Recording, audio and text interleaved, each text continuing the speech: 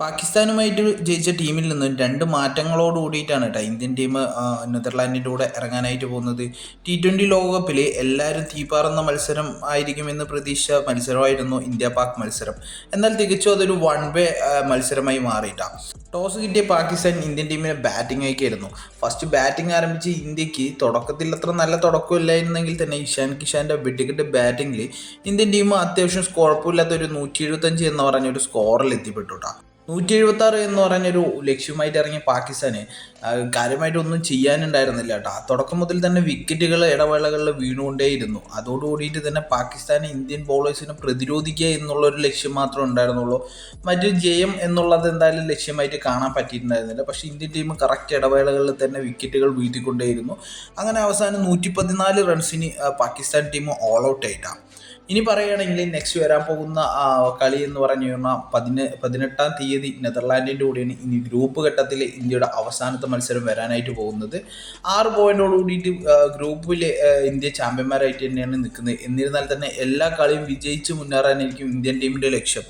അങ്ങനെ നോക്കുകയാണെന്ന് പറഞ്ഞു കഴിഞ്ഞാൽ അടുത്ത കളിയിൽ ഇന്ത്യൻ ടീമിൽ ഇപ്പോൾ ജയിച്ച ടീമിൽ നിന്ന് 2 പേര് മാറ്റിയിട്ട് ഇൻപ്ലേസ് ചെയ്യുമെന്നാണ് പറയുന്നത്.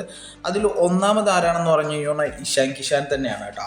വെട്ടിക്കെട്ട് ബാറ്റിംഗ് ആയ ഇഷാൻ കിഷാന് അദ്ദേഹത്തിൻ്റെ പേശി വലിവ് കാരണം ചെറിയ പ്രശ്നങ്ങൾ ഏർപ്പെട്ടിട്ടുണ്ട്. അതുകൊണ്ട് തന്നെ അടുത്ത മത്സരം അദ്ദേഹത്തിന് റെസ്റ്റ് കൊടുക്കുമെന്നാണ് റിപ്പോർട്ടുകൾ പറയുന്നത്. 2 ദിവസം ഗ്യാപ്പുള്ളത് കൊണ്ട് തന്നെ അദ്ദേഹത്തിന് ആ ഒരു ഗ്യാപ്പിൻ്റെ ഇടയിൽ എന്തെങ്കിലും മാറ്റം വരികയാണെങ്കിൽ മാത്രം ചിലപ്പോൾ ഇറക്കാൻ ചാൻസ് ഉള്ളൂ. എന്നിരുന്നാൽ തന്നെ ഇനിയുള്ള നല്ല കളികൾ വരുന്നത് കൊണ്ട് തന്നെ നല്ല നല്ല ടീമുകളുടെ കൂടെ കളികൾ വരുന്നത് കൊണ്ട് തന്നെ എന്തായാലും ഇന്ത്യൻ ടീം റിസ്ക് എടുക്കാനുള്ള ചാൻസ് കുറവാണ്. അങ്ങനെ ഇരുന്നാൽ അഭിഷേക് ശർമ്മൻ്റെ കൂടെ ഓപ്പൺ ചെയ്യാനായിട്ട് പോകുന്നത് സഞ്ജു സാംസൺ ആയിരിക്കും. സഞ്ജു സാംസൺ എന്തായാലും രണ്ടാമതൊരു ചാൻസ് കൂടി കൊടുക്കാനുള്ള ഒരു ചാൻസ് കാണുന്നുണ്ട് ഇവിടെ.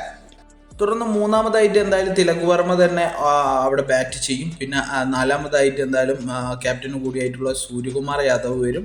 അഞ്ചാമത് നോക്കുകയാണെന്ന് പറഞ്ഞു പറഞ്ഞാൽ അവിടെ ഹാർദിക് പാണ്ഡ്യ. പിന്നെ ആറാമത് നോക്കുകയാണെന്ന് പറഞ്ഞാൽ ശിവൻ ടുബെ ഉണ്ട്. പിന്നെ അതേപോലെ തന്നെ ഏഴാമത് നോക്കുകയാണെന്ന് പറഞ്ഞു പറഞ്ഞാൽ റിങ്കു സിംഗ് വരുന്നുണ്ട്. എട്ടാമത് അക്സർ പട്ടേൽ വരുന്നുണ്ട്.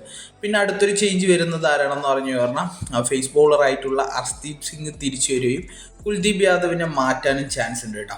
അതോടുകൂടിയിട്ട് 9ാമത് പൊസിഷൻ അവിടെ ഫിക്സായി. 10ാമത് പൊസിഷനും 11ാമത് പൊസിഷനുമായിട്ട് വരുൺ ചക്രവർത്തിയും ബുംറയും ഇന്ത്യൻ ടീമിൽ എന്തായാലും അങ്ങനെ തന്നെ നിലനിൽക്കും. എന്തായാലും ഇന്ത്യൻ ടീം ഇപ്പോൾ ഏകദേശം സെറ്റായിട്ട് തന്നെയാണ് പോയിക്കൊണ്ടിരിക്കുന്നത്. എന്നിരുന്നാൽ തന്നെ ഇന്ത്യൻ ടീം കൂടുതൽ പരീക്ഷണങ്ങൾ എന്നുള്ള നിലയിൽ ഉപരി മാക്സിമം പ്ലേയേഴ്സിന് റെസ്റ്റ് കൊടുത്തിട്ട് വേൾഡ് കപ്പ് സ്വന്തമാക്കുക എന്നുള്ളൊരു ലക്ഷ്യം മുന്നിൽ കണ്ടിട്ടായിരിക്കും മത്സരങ്ങൾ കളിച്ചുകൊണ്ടിരിക്കുക.